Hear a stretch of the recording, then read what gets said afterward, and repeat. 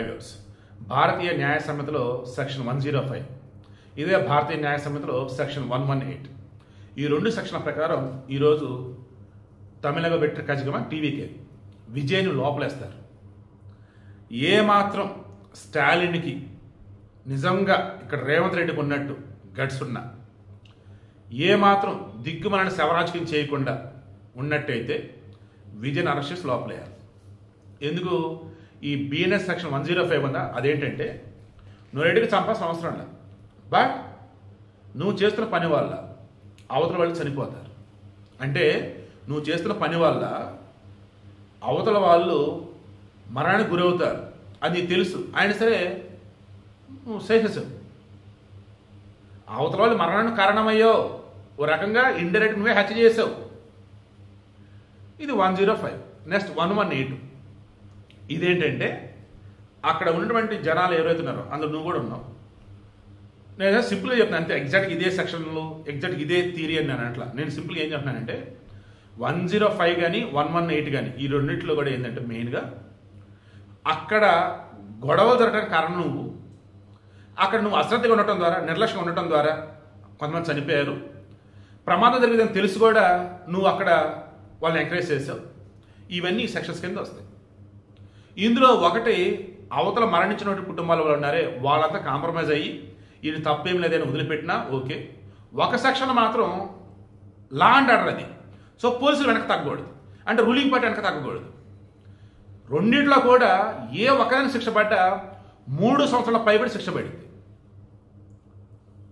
ఇప్పుడు కొత్తగా ఆల్రెడీ ఉన్నాయి కదా, మన జయలలిత కానీ మన రాహుల్ గాంధీ కానీ మొత్తం ఇదే కదా. 2 సంవత్సరాల పైబడి నీకైనా శిక్ష పెడితే నువ్వు ఈ 2 సంవత్సరాలు ప్లస్ ఇంకో 6 సంవత్సరాలు, మొత్తం 8 సంవత్సరాల పాటు నువ్వు ఎన్నికల్లో పోటీ చేయడానికి అనర్హుడివి, ఆడవాళ్ళైనా మగవాళ్ళైనా. ఇప్పుడు విజయ్ ఇంక ఎన్నికల్లో ఏం పోటీ చేస్తాడు? ఇప్పుడు ఎన్నికలలో పోటీ చేయాలంటే ఆయన మీద కేసులు ఉండొద్దు.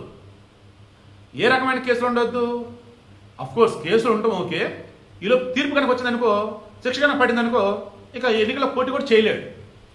పేరుగా పార్టీ పెట్టాడు, బట్ ప్రచారంలోనే ప్రూవ్ చేసుకున్నాడు. ఏమని? అసమర్థుడు అంటూ విధ్వంసానికి కారణమేంటి అన్నాడు. ఇతనేసాడు తెలివిగా హైకోర్టుకి ఏమన్నాడు తెలుసా, కుట్ర కోణం ఉంది కాబట్టి స్టేట్ పోలీసు వద్దు సిబిఐ వాళ్ళకి ఇవ్వండి చెప్పేసి విజయ్ చెప్పాడు. స్టేట్ గవర్నమెంట్ ఏం చేసింది, స్టాలిన్ వాళ్ళు సిట్టింగ్ జడ్జికి ఇచ్చున్నారు, సింగిల్ బెంచ్ అంటే ఒకరికి ఇచ్చున్నారు.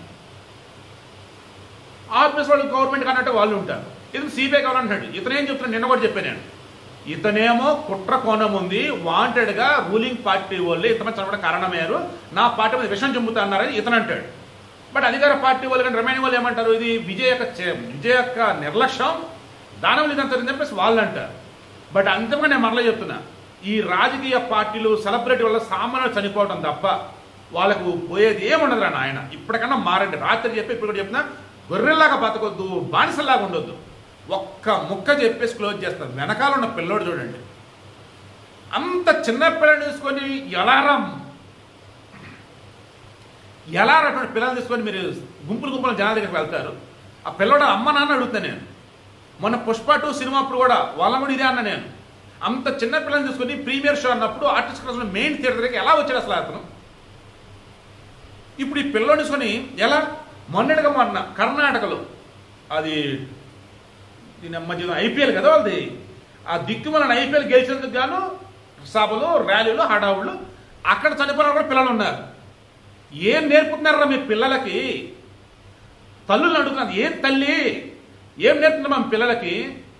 గుంపులో చోటకి వెళ్ళేది ఏంది? ఇదన్నా ఒక రకమైన నాయన వాళ్ళే పట్టుకెళ్తారు పిల్లల్ని. అసలు రా చూద్దుగంతా ఏంది చూసేది బొత్స. నిజంగా కోపం ఆగట్లేదు నాకైతే, అసలు పిచ్చి కోపం వచ్చేస్తుంది. అసలు ఎంత కోపం వస్తుందంటే, పసిపిల్లలు కదండి, నేను మరలా చెప్తా, పెద్దవాళ్ళ విషయంలో నేను ఏదైనా భరిస్తా, కానీ పసిపిల్లలు నా వాళ్ళైనా బయట అయినా సరే వాళ్ళకి ఏదైనా జరిగితే తట్టుకోలేనండి.